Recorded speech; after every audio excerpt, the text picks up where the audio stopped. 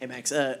Just what was kind of ailing you early in the season, and how have you recovered, and what's your kind of status on that so far? So I got rolled up on, just kind of in a freak thing in practice. I had a MCL tear on my left knee. Been feeling great. Been in the training room a whole bunch. Went to Houston and met with Dr. Lowe. It's limited me very little. The first 2 weeks was kind of just getting back, trying to get healthy. And a lot of training room stuff, BFR, single leg lifts, a lot of that stuff. But getting back to full speed, feeling a lot better. Do you expect it to heal naturally? Yes, sir. Yeah, no surgery needed or any of that. Just feeling good to go. Yes, sir.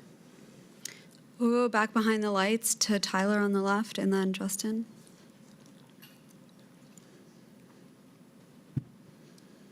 Hey, Max, what have you seen from Donovan Green, especially in this last game, coming up with some big catches? Donovan's awesome. I always enjoy getting to watch him play. He plays with a lot of fire. I think something that's cool about him is he's a lot more physical than people give him credit for, especially in the blocking game too. He really showed his ability to catch the ball this weekend and to also get some yards after the catch. He's really talented. The kid has a knack for going and getting the ball. That third and 15 play where he was running the over route and the ball was kind of floating to him, he turned, just went and got the ball. The kid's got an ability to go get the ball, and he's a natural. He's a baller. And then do you feel like this offense is progressing, or where do you see that you guys have made progress this year? I think especially this past week, I think some steps were made in terms of growing up in the second half of that game. Obviously the plays are there, and the scheme's there. We just got to execute. We're holding ourselves back. We're shooting ourselves in the foot a lot of penalties, a lot of self-inflicted wounds that Coach talks about that we can't have. We'll have a 20-yard catch, but then we'll have a penalty in the play that brings us back 15 yards. And with stuff like that, you're never going to be. That never benefits the offense, and it's never going to help you take the steps that you could take in games, especially. We got a lot of young guys in the offense, and I know experience is a big thing, especially in this offense that you have to have. This offense is very, very, what's the word I'm looking for? It's a very big offense, and there's a lot of plays to it and a lot of really important, minute details for every single position. Just those younger guys coming along and taking the steps that they need to take. We're going in the right direction. We just got to keep taking the right steps. We'll stay behind the lights and go to the right side to Justin. Hey, Max, the slow starts kind of hurting you guys. Probably not a good idea to do that the next 2 weeks in a true road environment. How do you start faster on offense? I think just keeping the consistency up in practice during the weeks. How you finish practice in the weeks, how you're going to start games in the week, and how you're going to start games on the weekend. I think that something that's important for us is constant execution during practice during the weeks. We can't have goals. We got to stay on top of our stuff and stay on top of the film. I think that what's big for us is just kind of preparing as a unit, so our O-line preparing together, and then our wide receiving core preparing together too. I think that to prevent those goals that we have and the slow starts that we have, we really got to focus on the execution aspect and not shooting ourselves in the foot on plays and stuff. And then, obviously, the last couple of weeks, it's kind of been stuck at that 17-point range offensively. Can you guys continue to win if you only score 17, or do you feel like the offense needs to do a little bit more? Our defense is incredible, but it definitely helps out whenever the offense puts more points up on the board. And that's definitely something that we got to do over these next few weeks, and we know that. And I think that, with guys stepping into roles and getting a little bit more comfortable in the roles that they're going to be filling, we're going to start taking those steps in the right direction.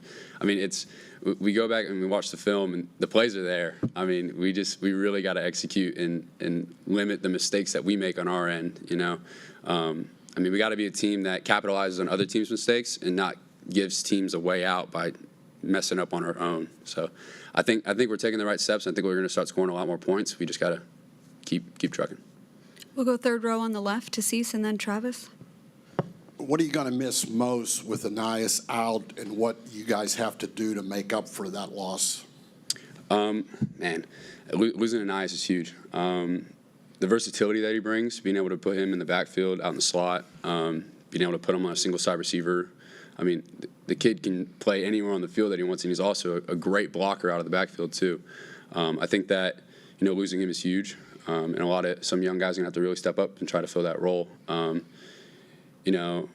I think we may not be able to fill exactly the same role as Anais just because we use him in so many different ways. I mean, the kid's versatile out of his mind. But there's definitely young guys who are ready to step up and are ready to make this step to really help out this team over the next few weeks. We'll go front row on the right to Travis. Yeah, huge tight end room that y'all have this year. What have you seen from some of those young guys, and is it kind of mind-boggling that in today's football that you have this many tight ends on a roster, this many capable tight ends on a roster? Yeah, this is so much talent in that room, and also so many good guys in that room. I think that's been something that's been cool to see. Is they're all selfless, you know. I mean, like Theodore coming from Sweden, he's playing on the scout team, and the kid busts his tail every single week and never complains about anything.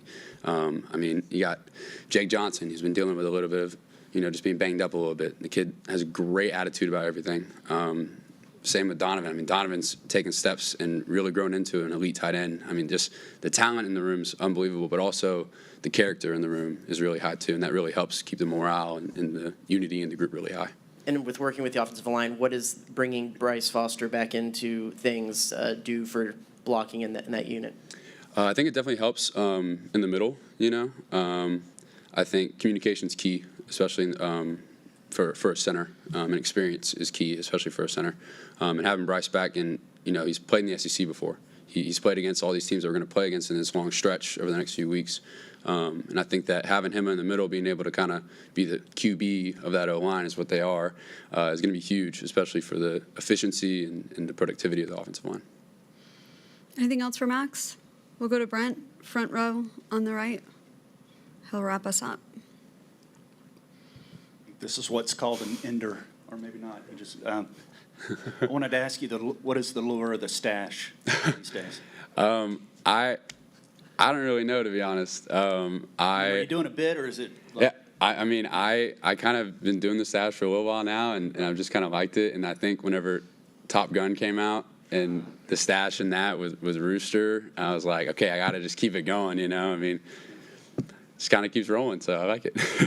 That and the glasses. Yes, sir. Like Yeah. you could be doing some accounting as well. Yeah. There was some Clark Kent things that were thrown out there, so that was fun. But yeah, a little bit of Thank that. you. No problem. All right, thank you, Max. Awesome.